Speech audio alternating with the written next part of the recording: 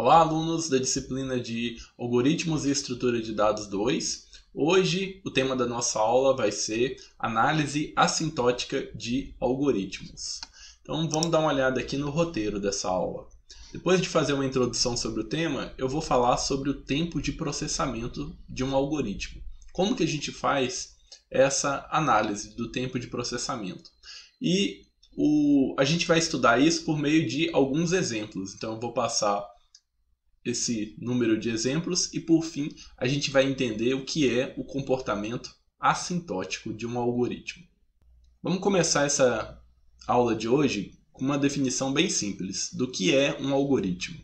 A gente já viu que um algoritmo é um conjunto de instruções executáveis para resolver um problema. Tá?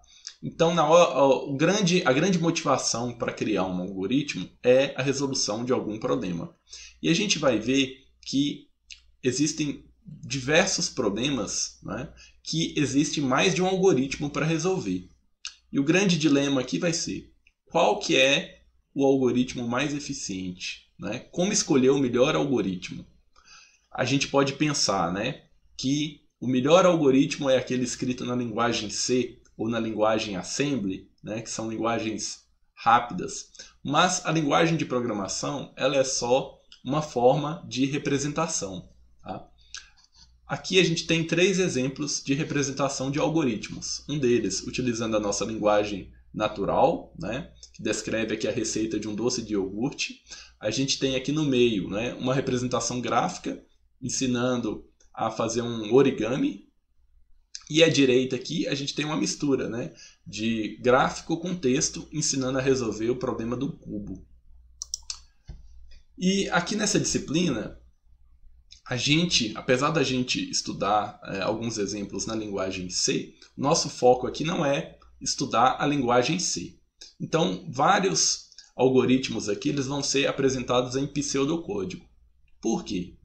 Porque o pseudocódigo ele é legível, é fácil de entender e é independente de qualquer compilador ou arquitetura. Tá? Então, a ideia de utilizar um pseudocódigo é para facilitar o entendimento. Então vamos comparar aqui um pseudocódigo utilizando pseudocódigo, né, em português, e à direita aqui a gente tem um código na linguagem C. Para quem está acostumado com a linguagem C, não vai ter muita dificuldade. Só tem algumas diferenças aqui na lógica. Por exemplo, na linguagem C, a gente tem a instrução faça enquanto. Né? Ou seja, ele vai executar esse bloco de instruções aqui, que está entre as chaves, enquanto essa condição for verdadeira. Né? E aqui no pseudocódigo, normalmente eu vou utilizar a instrução repita até que essa condição aqui seja verdadeira. Ou seja, quando essa condição for verdadeira, ele para de executar esse bloco de instruções. Tá? Então a lógica aqui é invertida. Tá? E os comandos para e enquanto não tem muita mudança. Né? Então aqui olha só, o para e o for está inicializando em 0 e a parada dele é até n-1, ou seja, quando o j atingir o valor de n, ele para. Mesma coisa aqui. Tá? E o while a mesma coisa, não muda nada. Enquanto essa condição for verdadeira, ele executa isso. Tá? O único detalhe aqui no para que a gente não pode esquecer é que o até aqui, esse limite aqui ainda está incluso. Ele ainda vai executar quando o j for igual a n-1. Tá? Então ele para quando o j for igual a n. Essa que é a diferença. A grande pergunta é, né, como escolher o melhor algoritmo? Tem 2 variáveis aqui que são muito importantes, que são o tempo de processamento e a quantidade de memória necessária para executar um algoritmo. Tá? Então, é óbvio que um algoritmo que demora 10 horas para resolver um problema é melhor do que outro algoritmo que demora 10 dias para resolver o mesmo problema. Tá? E em relação à quantidade de memória, é claro que aquele que usa menos memória é melhor do que o que usa mais memória. Tá? Só que a gente não pode simplesmente medir esses tempos. Por exemplo, eu vou comparar a execução do meu algoritmo aqui. Tá? Porque a execução vai depender do processador que está sendo utilizado, da arquitetura do computador, do compilador que foi utilizado para compilar o código, né? E por quê? Né? Tudo isso vai influenciar. Não quer dizer que só porque houve uma melhora no hardware que o meu algoritmo ficou melhor. O algoritmo é o mesmo, tá? Só o que mudou foi o hardware. Então a gente medir o tempo ou medir a quantidade de memória, né, não é uma boa. A melhor solução, no caso, é a gente fazer uma análise, né, de o número de vezes que as operações são executadas em um algoritmo, independente da arquitetura. Tá? Mesma coisa a questão da memória. A gente pode fazer uma análise, mas sem depender do hardware. Tá? Então, olha só, na hora de medir o tempo de processamento, a gente vai contar as operações, quantas operações são executadas. No caso, olha só, a gente tem as operações mais simples, soma, subtração, divisão, multiplicação. A gente pode considerar aí que elas demoram um passo. Tá? A mesma coisa para outras operações, operação de atribuição, de leitura, de escrita, tá? Demora um passo. Então a gente está fazendo uma análise independente da arquitetura. A grande diferença vai fazer quando a gente estiver analisando os laços de repetição e as funções, né? A chamada de função. Porque aí um laço de repetição já não é uma instrução simples. Ele já vai depender do número de vezes que aquele laço vai ficar se repetindo, ou a função, o número de vezes que essa função vai ser chamada. Tá? Então, a gente, na hora de medir o tempo de execução, a gente vai contar o número de passos, tá? E essa contagem a gente vai chamar aqui de T de N. E N é o tamanho da minha entrada. Então, as operações aqui, elas vão estar bem mais simples, né? Por exemplo, a gente sabe que provavelmente uma multiplicação e uma divisão, elas vão demorar um pouquinho mais que uma soma, tá? Mas isso é um detalhe muito específico que no final das contas não vai fazer muita diferença na hora que a gente estiver analisando. Então, por exemplo, olha só, somar dois inteiros não custa o mesmo que dividir dois números reais, tá? Mas quando a gente tem uma visão global de todo o algoritmo, a gente pode deixar isso de lado. Tá? Esses detalhes. Então agora vamos ver um exemplo aqui de um pseudocódigo, tá? De um algoritmo que soma os elementos em um vetor. Então vamos utilizar essa análise de contar, né, o número de instruções que são executadas aqui. Então olha só. Vamos entender primeiro o que faz esse algoritmo. Tá? Ele chama soma vetor, né? Então ele vai receber um vetor de tamanho n. Ou seja, o meu vetor ele tem elementos que vão da posição 0 até a posição n-1 no meu vetor. E a saída dele vai ser a soma dos elementos do vetor.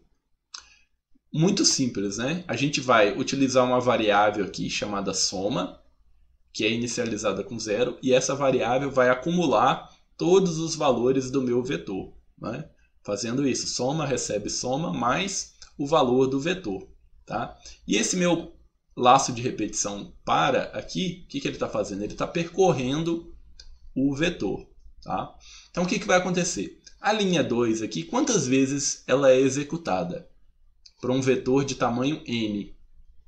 Né? Independente do tamanho do vetor, ela vai ser executada uma vez. A nossa linha 3 aqui, o que vai acontecer? Esse laço de repetição, ele vai ser executada, você vai me dizer, ele vai ser executada n vezes, tá? Que é o tamanho do vetor.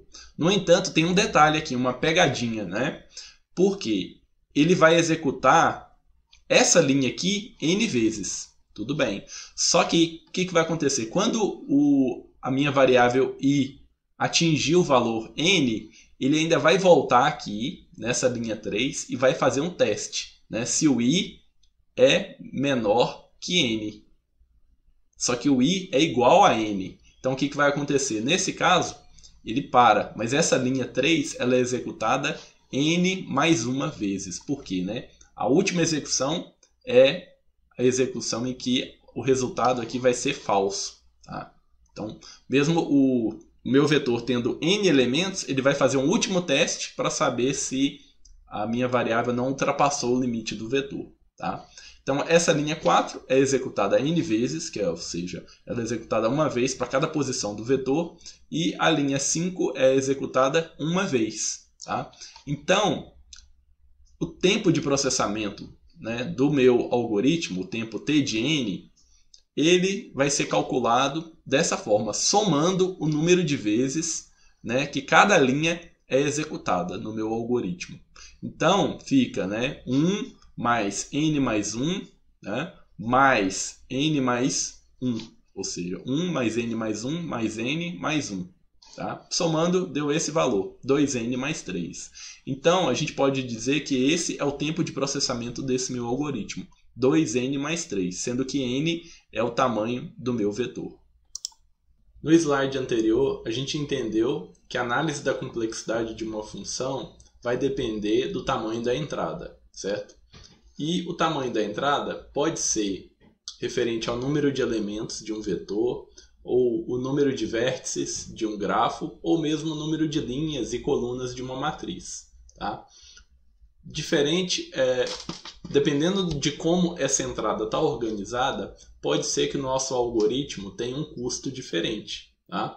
Então, sempre quando a gente for analisar a complexidade de um algoritmo, a gente vai ter que levar em conta 3 casos, ou seja, o melhor caso, o pior caso e um caso médio. Então vamos entender isso agora analisando alguns exemplos. Vou ler para vocês esse exemplo. Faça a análise do tempo de execução de um algoritmo que realiza a busca de um elemento em um vetor. O algoritmo recebe como entrada um vetor de tamanho n e retorna a posição que o elemento se encontra no vetor. Caso não encontre o elemento no vetor, o algoritmo deve retornar -1. Então, esse aqui é um problema clássico de busca sequencial, né? Onde a gente tem que analisar cada posição do nosso vetor e comparando com o elemento que a gente está buscando. Analisando o nosso pseudocódigo, vamos entender aqui o que ele está fazendo. Né? Conforme a definição, ele recebe o vetor, né, de entrada. Esse vetor tem n elementos, ou seja, ele vai de 0 até n-1, e a gente está em busca do elemento x aqui. Nosso programa ele vai retornar a posição do elemento ou -1, né, caso ele não encontre. Então, olha só, a gente vai usar aqui, nesse algoritmo, uma variável, né, sentinela, i, que vai percorrer o nosso vetor, né, a posição do nosso vetor. Então, ele começa com o valor 0. E o que eu vou fazer aqui? Dentro de um laço de repetição while, né, ou enquanto, o que ele vai fazer? Ele vai garantir que a gente não extrapole o limite do nosso vetor, ou seja, a gente vai percorrer de 0 até n-1. Né? Quando chegar no valor n, ele sai desse laço de repetição. Então, dentro do laço de repetição, eu vou testar se o meu elemento na posição i é igual ao elemento que a gente está buscando. Se for igual, a gente retorna a posição. Né? Se não for igual, o que ele faz? Incrementa a nossa variável sentinela i, e a gente vai analisar a próxima posição. Então, repete o processo. Se ele chegar no final desse laço, né, e não encontrar o elemento, o que vai acontecer? Ele retorna -1. Significa que o elemento não foi encontrado. Né? Analisando agora os casos. Qual que seria a melhor situação, né, o melhor caso do nosso algoritmo? O melhor caso seria a gente está procurando o elemento x e o elemento encontra-se na primeira posição do vetor, ou seja, na posição 0. Então, o que vai acontecer no melhor caso? Né? Ele vai executar essa linha e vai testar essa condição. E a condição já vai ser verdadeira. Né? Essa condição sendo verdadeira, ele retorna a posição. E pronto, nosso algoritmo finaliza aqui. Agora, no pior caso, o que seria? Seria a gente percorrer o vetor inteiro, comparar todos os elementos com o elemento x e não encontrar. Né? Ou seja, essa linha vai ser executada uma vez, né? Independente de de como está organizado o nosso vetor. Essa linha ela vai ser executada n mais uma vezes, né? Porque ele vai de 0 até n, ou seja, ele vai, quando atingir o limite, né, ultrapassar o limite, ou seja, a gente chegar na enésima posição, essa condição vai ser falsa e ele sai. Então, no pior caso, essa linha é executada n mais uma vezes. Tá? No pior caso, o que vai acontecer? Ele vai testar, fazer esse teste para todas as posições do nosso vetor, ou seja, n vezes.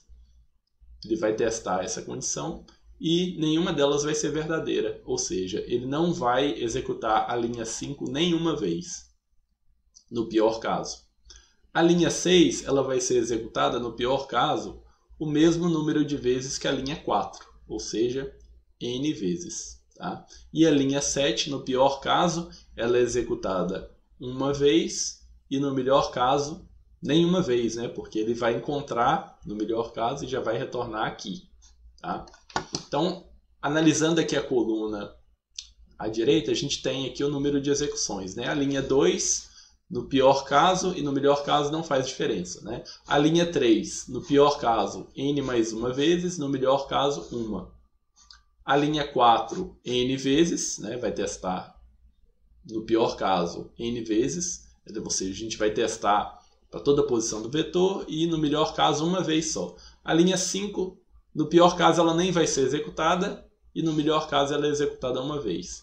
A linha 6, ela, no pior caso, ela é executada n vezes, né, o mesmo número que a linha 4, e no melhor caso, ela não é executada, né, porque já vai cair aqui, nesse retorna. E a linha 7, no pior caso, ela é executada uma vez, e no melhor caso, nenhuma vez. Somando agora tudo isso, a gente vai chegar nessa fórmula, né? O tempo de execução, no melhor caso, vai ser igual a uma constante, 4. Né? Porque é o número de passos que ele precisa executar para verificar só a primeira posição. No pior caso, vai ter que executar 3n mais 3 passos. Né? Agora, e o caso médio? O caso médio, o que vai fazer a diferença aqui são as linhas 3, 4 e 6. Tá? Vão fazer maior diferença. No caso, a linha 5, no caso médio, o que vai acontecer? A gente pode considerar que a linha 5 vai ser executada uma vez, mas se ela for executada, a linha 7, então, não vai ser executada. Tá?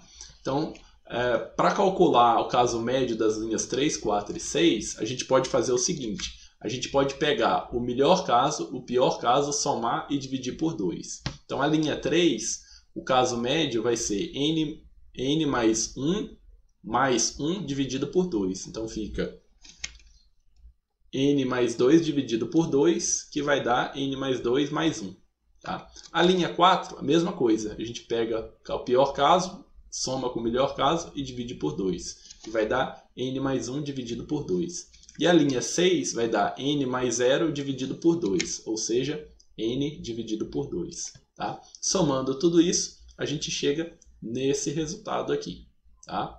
Que é uma média, né, digamos assim, entre o pior caso e o melhor caso. Tá? Mas se a gente calcular essa média aqui, não vai dar o valor exato. Vamos analisar agora um outro exemplo. Né? Faça a análise do tempo de execução de um algoritmo que realiza a busca do maior elemento em um vetor. O algoritmo recebe como entrada um vetor de tamanho n e retorna o valor do maior elemento presente no vetor. Diferente do algoritmo anterior, aqui a gente está procurando o maior elemento, né? Não um elemento específico. Então, de qualquer forma, a gente vai ter que percorrer todo o vetor. Né? E vamos entender como que funciona o nosso algoritmo aqui. Ele recebe um vetor de tamanho n, ou seja, esse vetor tem elementos na posição 0 até a posição n-1. E ele vai retornar o valor do elemento máximo. Tá? O que a gente faz? A gente já utiliza essa variável aqui, max, que vai armazenar o valor do elemento máximo. Tá? A gente já inicializa ela com um elemento que está na posição 0, ou seja, o primeiro elemento. Agora, no meu laço de repetição aqui, o que vai acontecer? Eu não preciso mais iniciar na posição 0, tá? Porque a posição 0 já foi adicionada aqui. Então, eu já inicio na posição 1 e eu vou percorrer até a posição n-1. Então, quando ele chegar na posição n, ele vai verificar que já ultrapassou o laço e sai do laço, o limite, né, do vetor, e ele já sai do laço de repetição.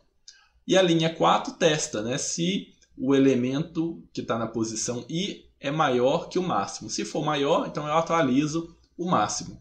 E quando ele finalizar esse laço de repetição para, ele retorna o valor do elemento máximo. Qual que seria o pior caso desse algoritmo? O pior caso seria o seguinte: nosso vetor, ele está ordenado, e o elemento que está na última posição, né, vai ser o maior, e o elemento que está na primeira vai ser o menor. E eles estão ordenados, né? Esse vai ser o pior caso. E o melhor caso é quando o elemento que está na primeira posição já é o nosso máximo, tá? Por quê? A única diferença que vai fazer aqui é na linha 5, que é a quantidade de vezes que essa linha vai ser executada, tá? Então, vamos analisar aqui. A linha 2, ela vai ser executada uma vez, independente de como está o nosso vetor. A linha 3, o que vai acontecer? Tá? A gente viu que quando a gente executa de 0 até n, né, até n-1, a gente percorre o nosso vetor até a posição n-1, ele ainda executa uma última vez para testar se a nossa variável ultrapassou o limite do vetor, certo? Então, no caso padrão, o nosso ele é executado n mais uma vez. Só que aqui, a nossa variável i, ela já está começando na posição 1. Tá? Ou seja, essa linha vai ser executada de 1 até n, né? Porque quando chegar no n, ele verifica que a minha variável ultrapassou o limite e sai. Então, essa linha 3 ela é executada n vezes, independente do número dos valores que estão no meu vetor. A linha 4 também ela não vai fazer diferença, né?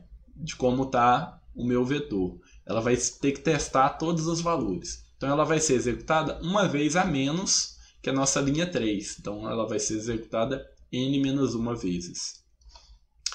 E a linha 5, né, que vai fazer a grande diferença aqui. No pior caso, o que vai acontecer? Ela vai, toda vez que eu fizer o teste, se o elemento na posição i é maior que max. No pior caso, o que vai acontecer? Essa condição vai ser sempre verdadeira, né, porque o nosso elemento máximo está na última posição do vetor. Então, essa linha vai ser executada o mesmo número de vezes que a linha 4, né? No pior caso. Ou seja, ela vai ser executada n-1 vezes. E no melhor caso, o que vai acontecer? O nosso elemento max está na primeira posição, ou seja, ele já encontrou o elemento max na linha 2 aqui. Só que não tem como a gente saber que é o elemento máximo. Então, ele vai testar, né, todas as vezes, e essa linha aqui não vai ser executada nenhuma vez, a linha 5, porque ele já encontrou o máximo. E a linha 6 vai ser executada uma vez. Tá? Então, somando aqui, a gente chega nesses valores. Né? O melhor caso, a gente vai ter n mais 1 passo sendo executado. No pior caso, a gente vai ter 3n. E no caso médio, o que vai fazer diferença é a linha 5. Aí o que a gente faz? Pega o pior caso, soma com o melhor caso e divide por 2. Ou seja, fica n menos 1 dividido por 2. Tá? Aí soma tudo e a gente chega nesse resultado. 5n mais 1 dividido por 2. Vamos ver agora um outro exemplo. Tá? Faça análise do tempo de execução de um algoritmo que realiza a busca do maior e do menor elemento em um vetor. O algoritmo recebe como entrada um vetor de tamanho n e retorna dois valores, o maior e o menor elemento presentes no vetor. Então, a gente já vai aproveitar e ao invés de encontrar o maior, a gente vai encontrar também o menor elemento. Né? Esse algoritmo que encontra os valores máximo e mínimo, ele é basicamente, né, uma melhora do algoritmo anterior, né? A versão mais simples dele. O que a gente vai fazer? A gente vai simplesmente adicionar um teste extra, né, para verificar se o elemento que a gente está testando, se ele é também o elemento mínimo. Então vamos analisar aqui o algoritmo. Olha só, a gente tem como entrada um vetor né, de tamanho n, ou seja, a gente tem elementos que vão de 0 até n-1, e a saída vai ser os elementos máximo e mínimo do meu vetor. Agora, o que a gente vai fazer? Né? A gente já vai inicializar a variável máximo e mínimo com o primeiro elemento do meu vetor. O laço de repetição ele vai percorrer, né, os elementos restantes do meu vetor, ou seja, da posição 1 até n-1. Aí eu vou testar. Se o elemento na posição i for maior que o máximo, eu atualizo o máximo. Se o elemento na posição i for menor que o mínimo, eu atualizo o mínimo. E quando terminar o laço de repetição e eu verificar todas as posições do vetor, a gente retorna o máximo e o mínimo. Analisando cada linha aqui, as linhas 2 e 3 elas vão ser executadas uma vez, né? Independente de como está o meu vetor. Agora, o que vai acontecer? A gente tinha visto, né, que para encontrar o máximo, o pior caso vai ser quando a gente tiver um vetor ordenado. Né? Por quê? Porque o elemento máximo ele vai estar na última posição. E um elemento que está na posição posterior, né? Ou seja, o elemento que está na posição i mais 1, ele vai ser sempre maior que o elemento que está na posição i.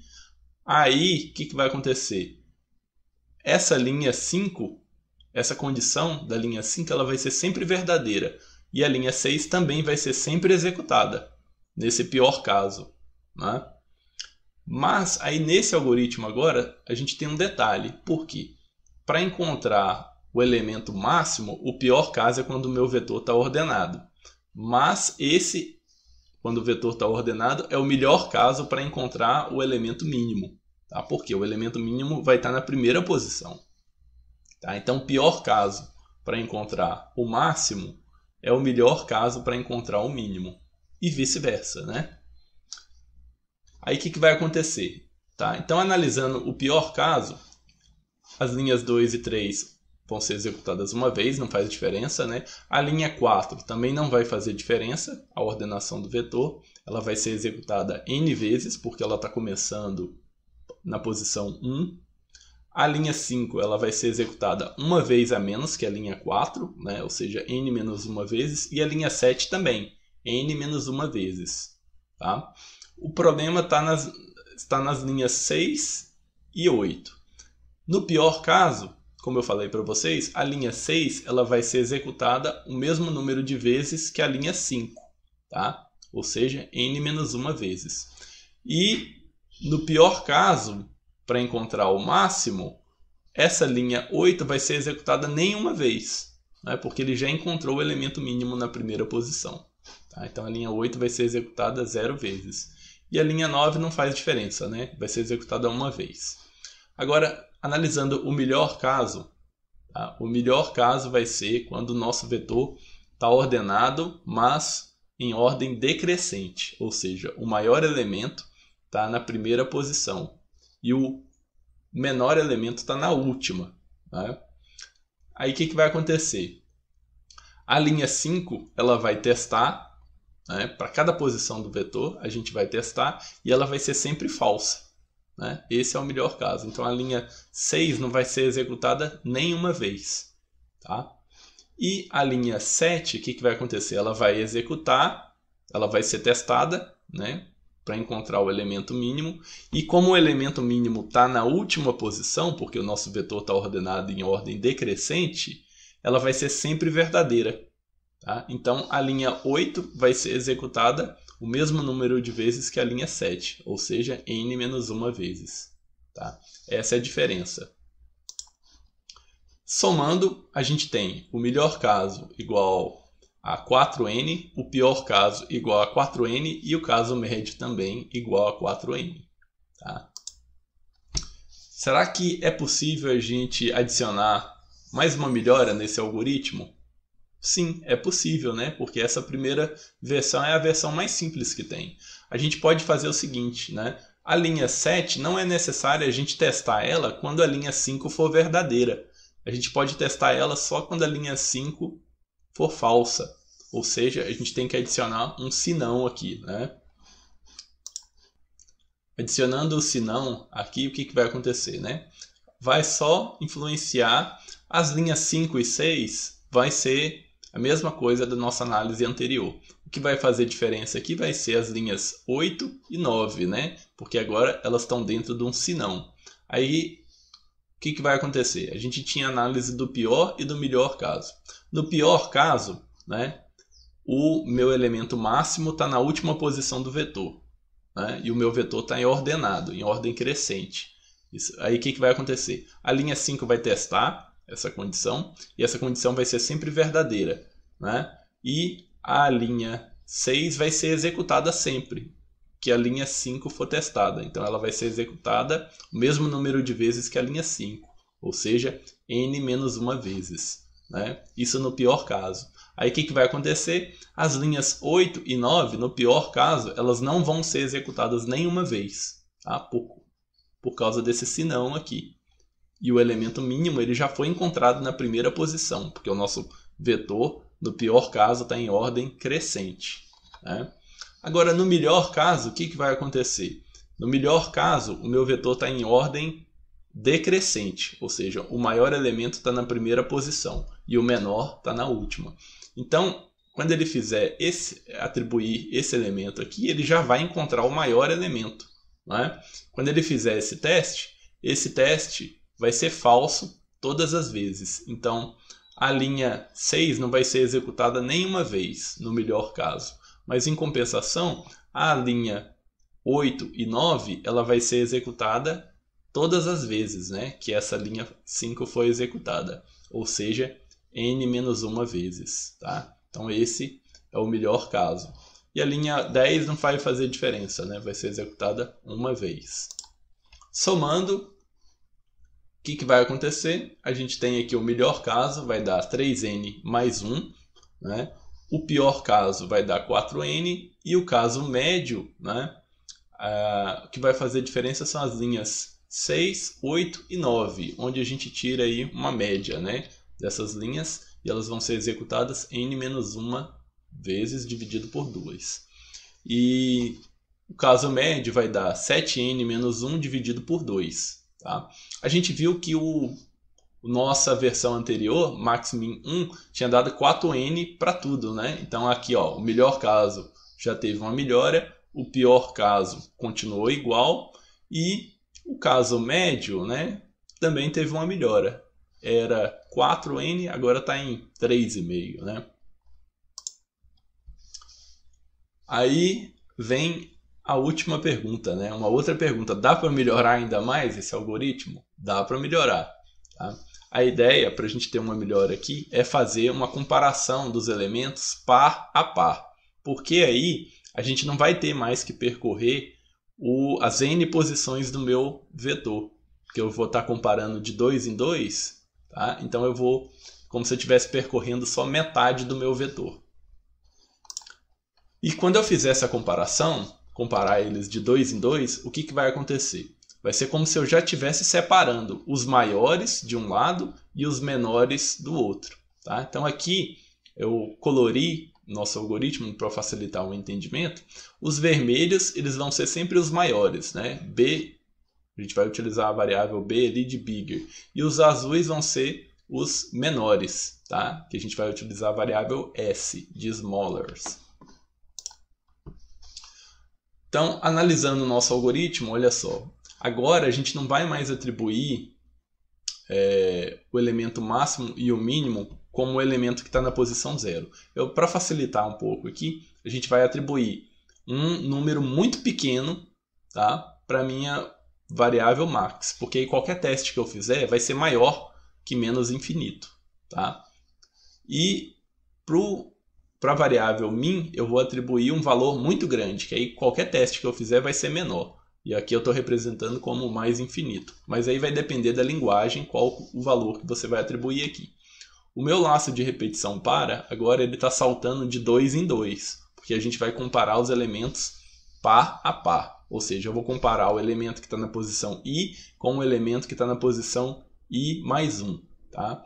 E o que vai acontecer? Nesse teste aqui, se ele for verdadeiro, o elemento que está na posição i vai ser o menor, ou seja, o small, e o elemento que está na posição i mais 1 vai ser o maior, ou seja, o bigger.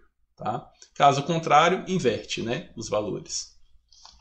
E depois, o que a gente vai fazer? Compara o menor, né? Dessa forma eu já estou separando quem que é o maior e quem que é o menor. Em seguida, o que a gente faz? Compara o maior, no caso aqui, desculpa, o menor, né, com o valor da minha variável min. Tá? Se for menor que o valor da minha variável min, eu já atualizo min. Tá? E comparo também o maior, tá? Com o valor da minha variável max. Se for maior, eu atualizo max. E no final, retorna max min. Analisando aqui o número de vezes, né, que cada linha é executada, a linha 2 e 3, uma vez, né, não vai fazer diferença. Agora, a minha linha 4, ela vai ser executada, né, a gente vai percorrer metade do meu vetor, ou seja, n dividido por 2, tá? E mais 1, porque tem o último teste, né, para saber se atingiu já o limite do vetor. A linha 4 é executada n dividido por 2 mais 1. A linha 5 ela vai ser executada uma vez a menos que a linha 4. Tá? E a linha, a linha 6, tá? Aí vai depender do pior caso e do melhor caso. Tá? E aí tem um detalhe aqui que é o seguinte: o melhor caso e o pior caso vai ser diferente do nosso caso, do nosso algoritmo anterior. Por quê? Né? Porque aqui a gente está comparando os elementos 2 a 2. Tá? Então vai ser diferente. No pior caso, a gente vai ter aqui que os elementos azuis, tá? Olha só, eu coloquei um vetor de exemplo aqui, tá? Então os elementos azuis, no pior caso, eles estão em ordem decrescente. E os elementos vermelhos, eles estão em ordem crescente, tá? Esse vai ser o nosso pior caso. Por quê? O que vai acontecer? As linhas 10 e 12, elas vão executar n dividido por 2 vezes, tá? E o que vai acontecer? No melhor caso, os elementos azuis eles vão estar em ordem crescente, tá? 0, 1, 2, 3, 4. E os elementos vermelhos eles vão estar em ordem decrescente, 9, 8, 7, 6, 5, tá? E no caso médio, aí o que vai fazer diferença mesmo são as linhas 10 e 12, tá? Cadê? 10 e 12, que aí vai fazer a diferença dessas condições aqui. Que aí elas vão ser executadas n dividido por 4 vezes, tá? Somando tudo, olha só, a gente tem aqui, fiz uma tabela de quantas vezes cada linha vai ser executada, tá? Linha 2 e 3 não vai mudar, 4 não vai mudar, tá? Nem a linha 5. E a linha 6 só vai mudar no caso médio, tá? Que vai ser executada n dividido por 4 vezes. E como são duas instruções, aí eu multiplico por 2, tá? A linha 6 e a linha 8. São duas instruções que eu coloquei em uma linha só, para ficar mais fácil, né, de ver ali. A linha 8, aí também vai depender, né, porque no pior e no melhor caso, ela não vai ser executada nenhuma vez, tá? É como se só essa condição aqui fosse verdadeira. Tá? A gente está sempre comparando e essa condição é verdadeira sempre, tá? No melhor e no pior caso. Aí o que vai fazer diferença é no caso médio, tá? Que aí elas vão ficar alternando. Essa aqui vai ser executada n dividido por 4 e essa aqui também n dividido por 4 vezes. Tá?